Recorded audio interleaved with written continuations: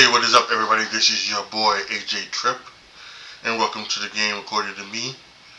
Another week where we talk about what went down in college and pro football. Unfortunately, also this week we have to talk about two deaths of icons in the world of sports. But we'll get to that towards the end. As always, we start every podcast looking back and looking ahead to college football. Okay, so let's go back and talk about what went down in college football. And we gotta start with that Friday night classic between Virginia Tech and University of Miami of Florida. What an unreal game. Just Virginia Tech looked like they had an upset happen, but Florida came back and took the lead. And then on our last second Hail Mary, a catch from the Virginia Tech receiver came down to the end zone. It was a touchdown, and it was called on the field a touchdown, but they went to review it because the ball did come out, but you couldn't tell whether or not, at least most people could not tell. Most people who were not, who were unbiased, that did not have a dog in the fight. You couldn't tell whether or not the ball was punched out before or after the Virginia Tech receiver was down. But for some reason, the officials on the field said they could see it, and they called it incomplete, giving Miami of Florida the victory. I don't know, but that was a total, game changer, and it was, this could have given Virginia Tech not only a top 10 victory, but give them an outside shot to get into that college football playoff possibly. But it is what it is. They said if it was Miami's, Miami had the victory, so they had to with a tremendous game on Friday.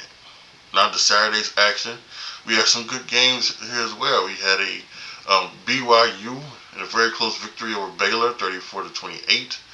They had Kansas State smoke Oklahoma State, 42-20. Michigan and Minnesota playing for the Little Brown Jug. They did a great job. Michigan, it was again another close game, but Michigan eked out the win, 27-24. Indiana took off Maryland, 42-28. Kentucky upset Ole Miss, leaving them now with a shot of making the college football playoff. They're gonna have to beat then they're gonna have to beat Alabama probably if they're right on the schedule. But Kentucky won 27-10. Kentucky's a very good team. Gave Georgia that a couple weeks ago that very close game with Georgia won, I think 13-12. And Kentucky just played the hard. And Mark Stoops has them playing lights out in Kentucky. UNLV 59-14. Now, have you heard of this story with UNLV? Their original quarterback, Matthew Slooker, I think it was his name. He decided to take a redshirt year because UNLV did not give him apparently the stuff that he was promised from the NIL stuff that would have him to play for this. He said if he didn't give them the right amount of money or whatever, then Green said he's gonna give him $100,000 something like that, and he didn't get it, so he's now stopped playing. This is one of these teams that this is one of the things that is happening up to NIL stuff, because this is one of the things that happen now. Players are not getting the money that they were promised, and now they're not playing. So this is what happened. This was going to happen when you bring in the NIL and not have it clamped down and have particular rules for it and things like that. So that's unfortunate. Texas A&M slipped by Arkansas, 21-17. Notre Dame with a very close victory over Louisville, 31-24. Um, this is, that damn loss to Northern Illinois is going to, I think, continue to haunt Notre Dame. Because right now, they are, because you could have said, okay, losing a close game to a ranked Louisville team makes sense. They were 14, Louisville was 16th, all right, but now it's just like, now you're wondering, well, is Notre Dame a good team or really not? And when you think about it, it's just, when you watch them play, you know, they're a running team, although this week, Riley Leonard did make plays in the passing game, but this is a running football team, and like I've said before, you've got to have a quarterback that can make plays in the passing game if you're going to win a national championship. USC beat Wisconsin 38-21. Oklahoma slipped by Auburn. They had, I believe, it was an interception return for a touchdown that Oklahoma took the lead and kept the lead on. So that was a very interesting thing. Arch Manning's first start at Texas was a good one. No, actually, it was the second start, right? Because his first start was at Louisiana Monroe. This was the second one. It's another victory for Arch Manning. I don't know when Quinn Ewers is coming back. I don't know if it's this week or in the upcoming weeks, but Sark has already said that Quinn Ewers will be the starter once he gets back. But Arch Manning is putting on the show. 35-13, Texas beat Mississippi State. Clemson took out Stanford 40-14. A shutout in the Big 12 as Iowa State beat Houston 20-0. Ohio State took out Michigan State 38-7. Illinois lost to Penn State, unfortunately, 21-7. LSU beat South Alabama 42-10. Boise State beat Washington State 45-24. Arizona beat Utah in an upset 23-10. Oregon took out UCLA 34-13. And the game of the day, maybe the game of the weekend, we're talking about both pro and college, the Alabama-Georgia game. That's truly amazing. Alabama went up on Georgia with a big lead. Georgia was able to come back, takes the lead, or at least tie it up. I think you tied it up 34-34, and then just on one play, Jalen Monroe to the 17-year-old rookie Williams, some of your freshmen, Williams, and he made moves, had the defenders running against each other. Some people were saying that he made the defenders kiss each other because they went head, they collided head to helmet. Great job by him, and he took that end zone, and Alabama were able to hold on, beating Georgia 41-34. Now let's look ahead to week 6 of the college football schedule. We got a couple games on Friday of interest. Syracuse at the aforementioned UNLV running Rebels. We got that, and we also have Michigan State against Oregon, which should be a very interesting game. First Friday night game in the Big Ten for Oregon, so that's just something good to watch. Other games this week, we got some. Looks like we got maybe really only a couple games here that could be really anything close to being good. Missouri and Texas A&M. We've got that game happening. That should be a good rank of 2 ranked teams. We got UCLA at Penn State, SMU at Louisville. SMU is a good team with a good record. Let's see if they can continue against Louisville. Indiana's at Northwestern. Auburn and Georgia. This is clean old. This is this is not clean old fashioned hate. That's Georgia Tech. Auburn and Georgia is the Deep South's oldest rivalry. So we've got that heading on, but Georgia should take care of Auburn pretty easy. Same thing with Ole Miss. Take care of South Carolina. Pretty good. Iowa and Iowa State. We see that Iowa defense can hold that Ohio State offense down. And but whether their defense can or not, can the Iowa offense put up points to create one of the biggest upsets of the year? We'll wait and see. Alabama's at Vanderbilt, Clemson's at Florida State, Utah is at Boise State.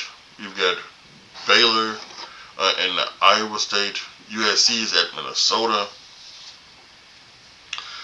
Tennessee is going against Arkansas. This could be a very interesting matchup. Michigan at Washington, because Michigan doesn't seem to be a team.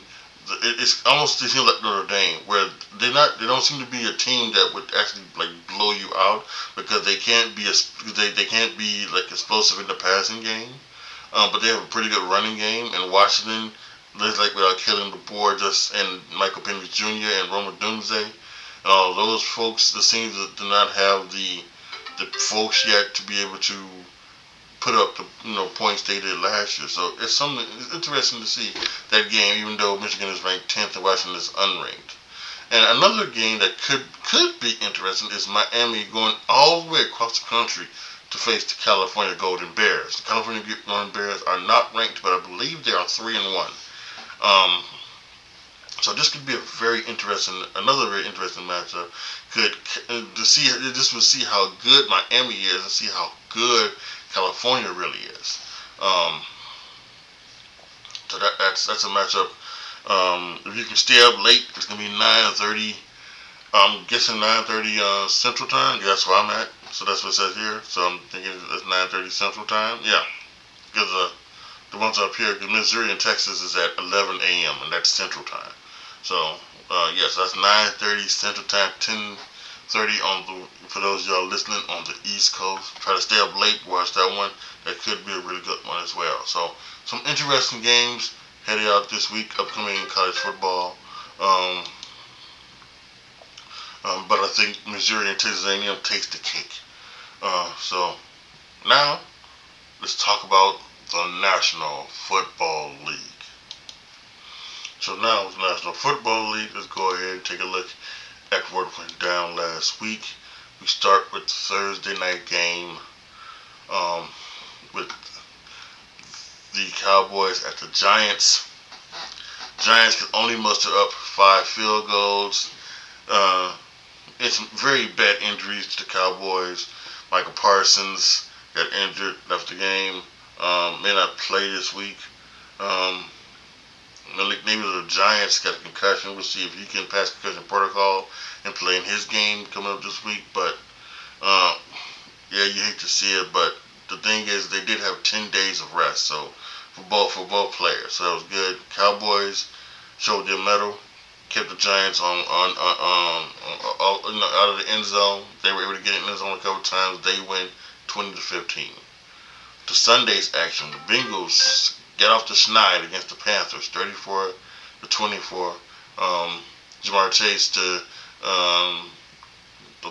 had a very long touchdown run after the catch. Good to see him back playing well. I think same thing with Joey Burrow doing his thing. Joey Cool, let's go. Panthers, again, they're playing a lot better. They're still probably not as good good enough to hang with a team like the Cincinnati Bengals, who even in an 0-3 with an 0-3 record, we think is still a playoff caliber team. So yeah, but the Bengals beat the Panthers. The Falcons on a 57-yard field goal from Younghoe Koo took out the Saints 26-24. First 2 games, Saints looked like world beaters. The last 2, the Saints looked like a regular old team. And the Falcons, both teams are both 2-2 now in that division. They're both behind the Buccaneers, but we'll see what these teams can do upcoming as well. The Texans with the Jaguars 24-0, 24-20. Jaguars are 0-4 and looking for answers. And we've got Doug Peterson, talking out both sides of the mouth, asking, can you really talk about something like that? He said at one point he said something like, we're not out on the field, talking about him and the coaches, we're not out on the field playing. but it also then comes back behind it and says, ultimately that's on us and us to coach the staff. So uh, who knows what's happening? I think Doug Peterson is a good coach. I think I'm not sure what's going on. It's Trevor Lawrence has not been the guy he was in his first year with Doug Peterson. Uh, he has regressed and he continues to regress. Although he does continue to make plays, and so maybe it's not necessarily maybe they don't have the talent that they think they had at one point to you know to kind of contend in that AFC South. So the Texans beat them 24-20. Uh, and what people were saying was a very ugly game. The Broncos beat the Jets 10-9. Defense got to Aaron Rodgers many times. I think he was hit 14 times. They said over the weekend. And the Broncos defense kept them to 3 field goals. As the Broncos, they scored a touchdown, they kicked the field goal, they won 10-9. The Vikings beat the Packers 31-29. This was incredible. At one point, it was 28-0. Vikings over the Packers. And the Packers did make a comeback, but the Vikings ultimately got the win, 31-29. Christian Watson has a high ankle sprain. We'll see if right now he is someone who cannot. He's got immense talent, but can't stay on the field. So that's unfortunate for the Packers. So we'll see what they are gonna do this upcoming week. The Colts beat the Steelers 27-24. Again, Justin Fields apparently had another nice day. So again, still I'm not a believer. I won't be a believer until he does it consistently year after year. So I just won't see it. Colts won. Anthony Richardson got hurt twice in the game, bringing Joe Flacco. Joe Flacco comes in, throws a couple touchdown passes, and there you have it. So again, Richardson was hurting the Colts more than he was helping. Joe Flacco, Colin DeNudo can make plays in the passing game. And now the Colts are what we thought they were. They were back to being what they were last year with Gardner Minshew. If you have someone who is competent enough to play a position of quarterback, and then you got a good team that can win, even without DeForest Buckner as their best defensive player. Bears beat the Rams 24-18. Good game by the Chicago Bears. Caleb Williams played a little bit better. He didn't have the stats he had last week, but he was making more decisions. Mark Sanchez on the broadcast was saying that he was taking what he was giving them. He was looking down the field. He didn't see anything he liked, so he was doubling off to the running back, DeAndre Swift. Excuse me. He finally had a day. 90 yards rushing, 70 yards receiving. First time that happened for a Chicago Bears running back in about 6 years, I think. So Jeremy Langford was the last one to do it against the Rams, ironically. So Bears were able to hold the Rams 18 points. Matthew Stafford obviously missing Puka Nacua, and Cooper Kupp didn't have enough offense, unfortunately. But they did they did win.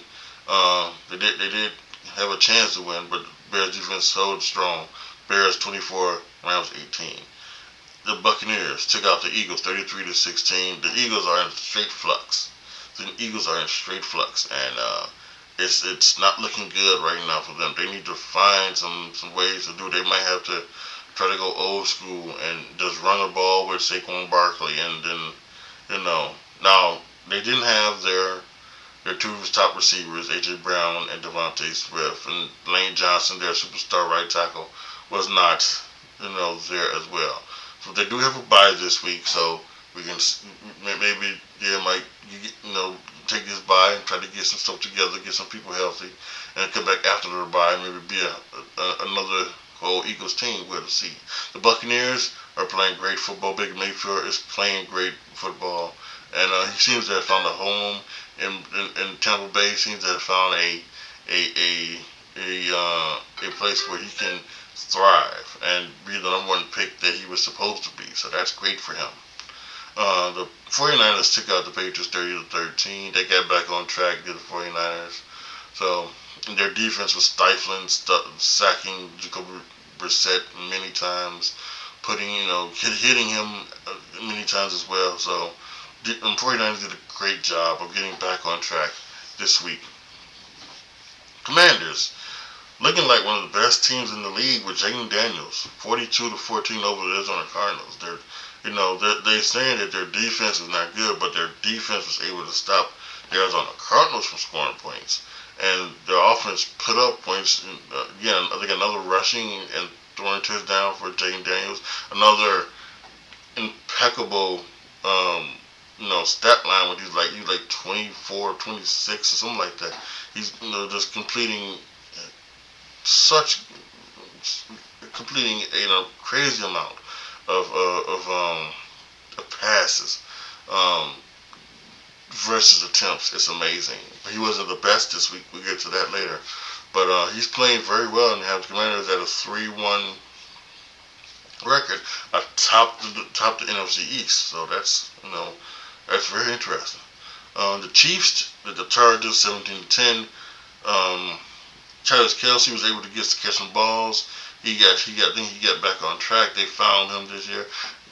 They found him this week. So they also found Xavier Worthy, a long touchdown pass by Patrick Mahomes to Xavier Worthy. But the story of this game was just the unfortunate injury and an interception. Again, unlike Patrick Mahomes, but threw an interception. And Rashee Rice was coming from behind, swatting the ball away from the intercepting person on the Chargers. And while doing that, Patrick Mahomes was trying to make a tackle, slid into the defender bottom of his torso. Also, while doing that, he hit Rashee Rice, who had a knee injury. They still do not know the extent of the knee injury as of this recording, but it is unfortunate. It looks like it's the worst, like the ACL. So we'll just have to wait and see. But losing Rashee Rice is interesting, and I don't think the Oakland Raiders are going to trade Oakland. The Las Vegas Raiders are going to trade Devontae Adams in the division. I don't think that's going to happen. So the Chiefs might have to try to find another receiver somewhere else. The Raiders beat the Browns 20-16. We talked about. I just mentioned that Devontae Adams has asked for a trade, and the Raiders first said they weren't going to do it, but then they said, well, maybe we will do it depending on what they're looking. They're looking for a second-round pick. A team that might want to use one of their second-round picks, because they have 2 second-round picks, is the Buffalo Bills. Now, I do think that Josh Allen not having Stephon Diggs in his ear, can sit back and just play the football that he's probably best at playing. Just, finding the open guy, no matter who that is. Is it Kill Shalir? Is it Dawson Knox? Is it Dawson Kincaid? Is it Keon Coleman? Is it Curtis Samuel? Whoever it is, just playing that ball and distributing the ball evenly, not caring. Because these people don't not care about what they do. They're just looking to win. And maybe getting Devontae Adams may not help that, because even though it was nice to have a go-to receiver, these guys, if they don't get the ball, they're not happy. As you can see, Devontae Adams, the Raiders are 2-2, and he's not happy in Las Vegas. So, but see, after what happened Sunday night against the Ravens, you would say, well, it would be good to have maybe somebody, who could be the guy that Josh could go to, so that and that at least the defense would have to show that they are, covering him, things like that, so that the other people could get open. And I think that was a little bit of trouble, maybe of Josh Allen Sunday night, that he couldn't, because nobody really didn't respect just one person. They couldn't focus on one person in a passing game. he can do a lot of, he seemed like he couldn't find as many people as he normally could have, and I think that was one of the things the Ravens did good last night. And also, listen, the offensive Ravens were just incredible running the ball. This is now not running team. I think they've decided that they're just, they're gonna run the ball with Derrick Henry. They're gonna run the ball over Lamar Jackson and try to make plays in the pass game little by little. I don't think that. I don't think the Lamar Jackson stats were not that great. He was 13 of 18, 156, and 2 touchdowns. So I don't think that Lamar Jackson is going to be dropping back 30 times a game anymore. I don't even think he's going to be dropping back 20 times a game. From what it looks like, this look like they're going to focus on running the ball with Derrick Henry, with Justice Hill, and with Lamar Jackson, and try to win that way.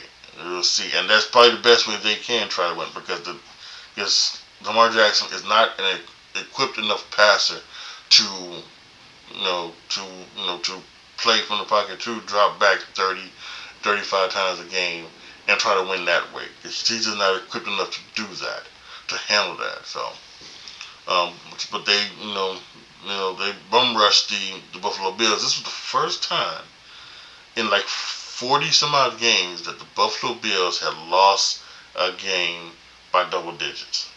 That's amazing. For the first time in 40 some odd games since Josh Allen became the quarterback, they lost a game by double digits. That shows the kind of player Josh Allen is and the kind of coach Sean McDermott is and the kind of team that they do have.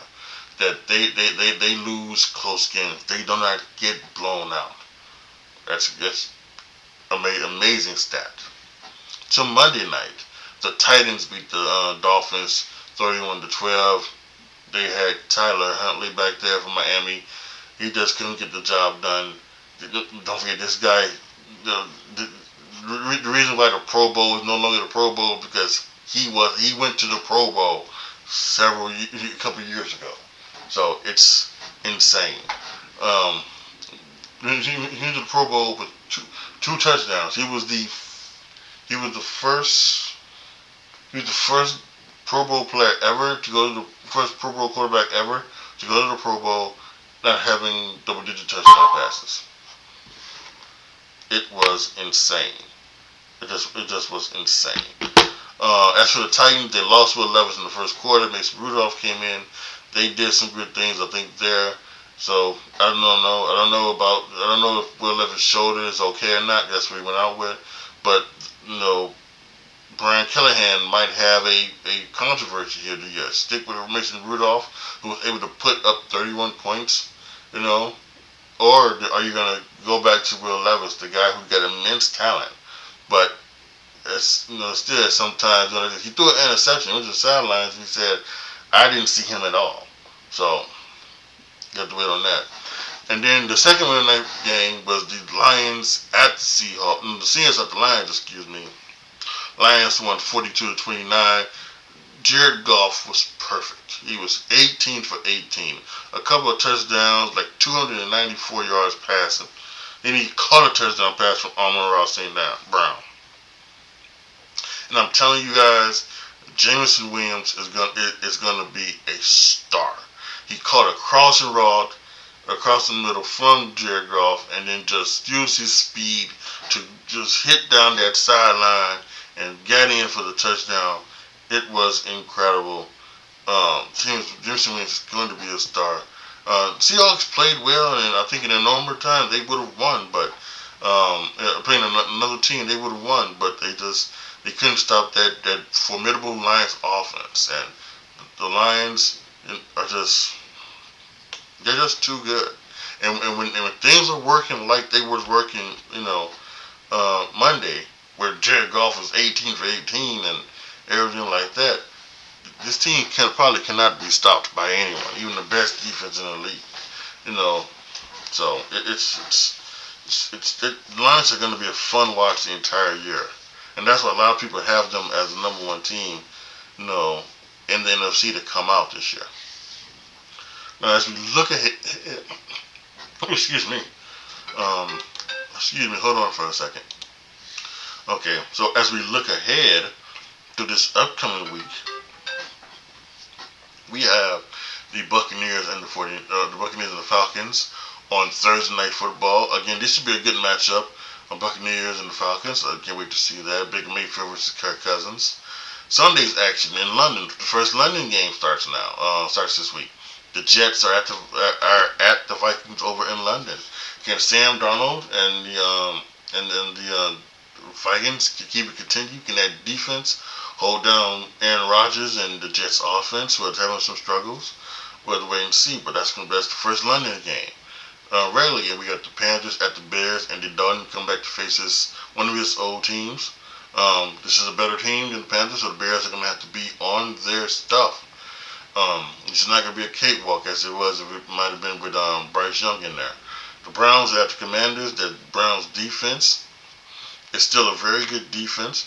It holds teams to like 20 some odd points, but the Commanders are playing very well. They're doing very well, and they're doing things correctly to see if things are going to be happening the exact way that it should be.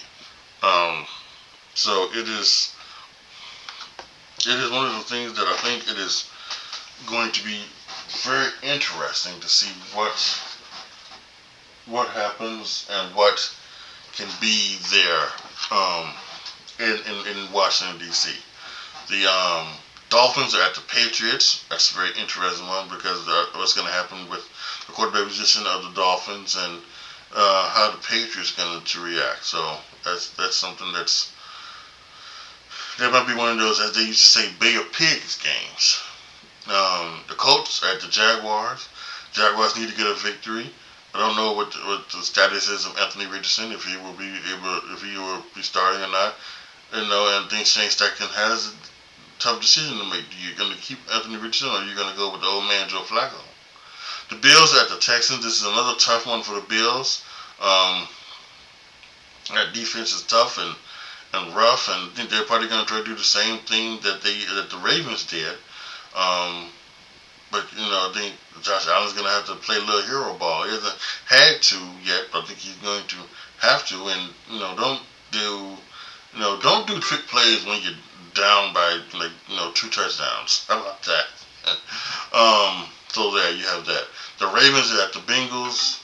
Bengals need to try to come back and do this. I'm sorry if you're hearing a bunch of things that are going on. My phone is just, boy, it's just, I'll put it on mute. Don't know what the hell's going on with my phone. But it's just going and going and going. The Ravens are at the Bengals. The Bengals need to put stacks and wins and see if they can do that. And the Ravens they're going to continue doing what they're going to do. Again, I think this is, the Ravens have found their identity. They're just going to run the football and just, here and there make plays in the passing game. Because that's the only thing Jamar Jackson can do is run and just make some plays. Because when you do play action pass, you have guys open. You run the ball effectively the way they do. You have guys do play action pass, and you have guys running open down the field. So I think that's something that they're gonna be doing there. So that's an interesting game. The Raiders are at the Broncos. One of Devontae Adams will play this week, even after his want to be trade requests. And the Broncos are, they're trying to, with Bo Nix trying to keep it junior. So we'll see what happens with them. The Cardinals at the 49ers. I think this is another game. The Cardinals are just probably going to take a little bit of a beating here. I think that Fernandez defense is going to give them credit. It's going to give them everything that they have. And of course, the offense is going to be, it looks to be maybe back on track now. So even without Christian McCaffrey, so we'll see about that. The Giants are at the Seahawks. Yeah, this is a game that I think the Seahawks should totally win. We've seen what they do offensively and defensively. I think they can do what the Cowboys did to the Giants, hold them to keep them out of the end zone and hold them to just field goals. And we'll see if Neighbors plays for the Giants. The Packers are at the Rams. This is two teams that, you know, both teams need to win here. The Rams are 1-3, the Packers are 2-2, but both teams don't want to get lost, in the wild card, because both teams, I think, were hoping to maybe win the division. Definitely thought they would be a playoff team, but with some things that have gone on right now, the way it is, with the Vikings playing the way they are, and then of course, the Rams, losing some players and losing some teams, it has been, a kind of a different thing. So, I think both teams need a win here, and it's in Los Angeles, so we'll see what happens with that. The Sunday night football game with the Cowboys at the Steelers. This is the Stephen A. Smith game, as Stephen A. Smith hates the Cowboys, hates the Cowboys fans, and and somehow, even being a native New Yorker, roots for the Pittsburgh Steelers. And I guess that happened a lot in the 70s, 60s, and 70s. You know, because I guess the Steelers were always like the late game or the AFC game or something like that. So, like I've been hearing all the time about people here in Chicago and things like that, that the Bears were their NFC team, but they loved the Steelers, and the Steelers were their AFC team because they always had the Steelers were always on after the Bears game. So, hey, that's what happened. He gravitated from any of the New York teams to the Steelers team. So he's a Steelers fan. So I think people will be checking the Twitter account of Stephen A. Smith to make sure that is going on. And the Monday Night Football game, the Saints are at the Chiefs. The Saints gonna try to get back on track with their offensive thinkings. Their center went out, so maybe that's the whole thing. Apparently, maybe their center went out for the year with injury covered weeks ago, and that's why the Saints haven't. But they were not the team they were the first 2 weeks. So maybe that has something to do with it. And of course, we still don't know about Rashee Rice, but he will more than likely not play on the Monday Night Football game. So let's see what the Chiefs can do. Then offensively, the Chiefs are not the Chiefs of old. Um, that's kind of amazing to think about. They are definitely a more defensive team now. So, but they don't think nobody on there cares. It's just about they just want to win. They want to try to become the third team, the only team to win 3 Super Bowls in a row. So, and right now they look like they're on their way to doing it, no matter how they do it. So, there you have it with the look ahead of Week 5, the National Football League. Now, usually this is I go now to where I close it out, and I'm going to go close it out. But before we do close it out, we unfortunately have to talk about some of the passings that recently happened in the sports world. So earlier this week, we lost 2 legends of their respective sports, Dikembe Mutombo and of course Pete Rose. First, let's talk about Dikembe Mutombo. Inducted into the Naismith Basketball Hall of Fame, an 8-time All-Star, a 3-time blocks champion, a member of the 1991-92 All-Rookie team, a 4-time Defensive Player of the Year, a 2-time rebounding champion, a 3-time All-NBA player, a 6-time All-Defensive player. He was just a force on the defensive end. One of the few people who have made it into the Basketball Hall of Fame, basically because they were tremendously at their defense. It's just amazing. He played 17 years in the NBA. And it was just a shame. He is also known for being one of the, as many people have said over the last couple of days, he's one of the most kindest, gentlest guys you could ever have. And what he wanted to do for his continent of Africa, his country of the Democratic Republic of Congo. all the things, the charity things he wanted to do there, bringing basketball there, and making sure that his people were living a better life is just tremendously. And then for the I think it's totally sounds like, I obviously did not know him in person, but it totally sounds like Dikembe was as good of a human being as he was a basketball player. And again, Dikembe Mutombo was a Hall of Famer, for a basketball player. And it's just one of those things where you can't believe he's gone so early. We're going to get to Pete Rose in a second. Pete Rose was 83. Pete Rose pretty much lived a full life. Dikembe Mutombo unfortunately only lived to be 40, 58 years old because he died of brain cancer.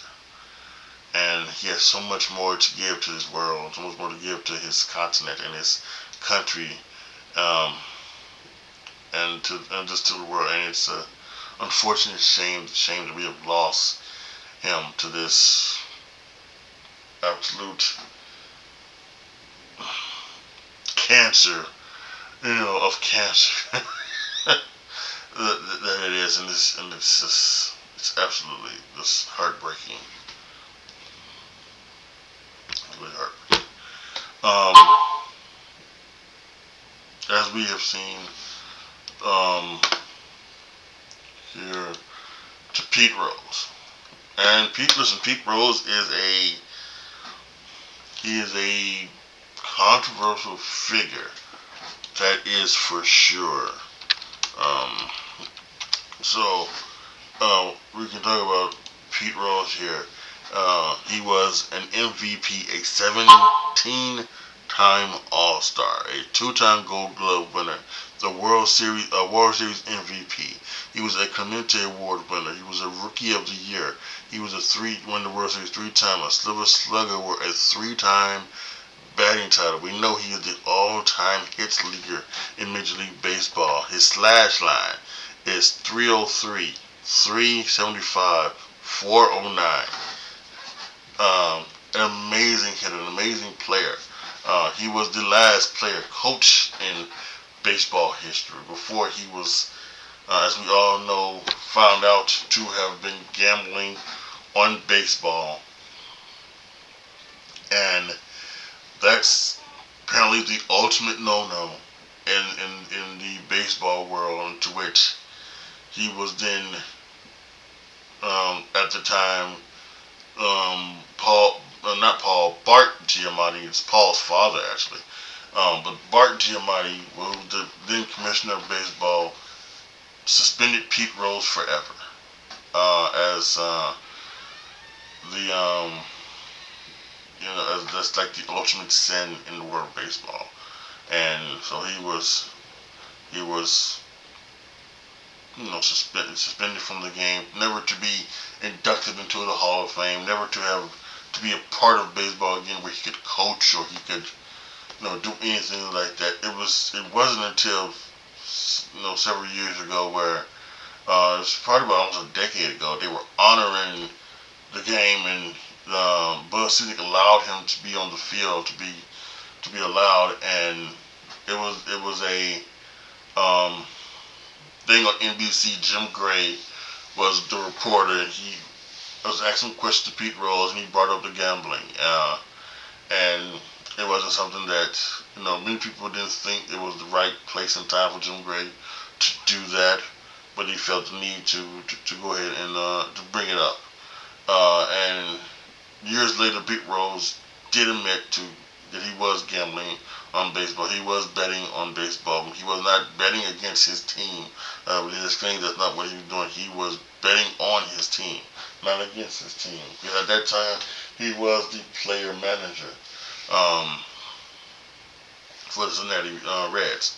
So obviously that would have been even a bigger scandal, that he was, the reason why the Chicago Black Sox are like that is because they were, not only were they like gambling, but then they were like taking the fall. They were, it was against them, and they threw the World Series for the gambling. That's why they are just like looked on as great. But Pete Rose claims that he never bet against his team. Now, also, unfortunately, in recent years, Pete Rose has. There were some things about Pete Rose that had came out. Um, Maybe about Pete Rose being sleeping with an underage girl. Uh, let's see if I can quickly get this up. By the way, the coroner says that coroner says that Pete Rose died of natural causes. So again, like I said, with the thing with the Kimbe, Pete Rose lived a full life, and it was just his time to go. So from August 8th, 2022, um, Pete Rose dismisses questions over statutory rape claims as he returned to Philadelphia. It's 55 years ago, babe. So, they were back in this looks like back in 2022. Um, he was part of the 1980s Philadelphia Phillies celebration World Series championship team, which he was a part of. Um,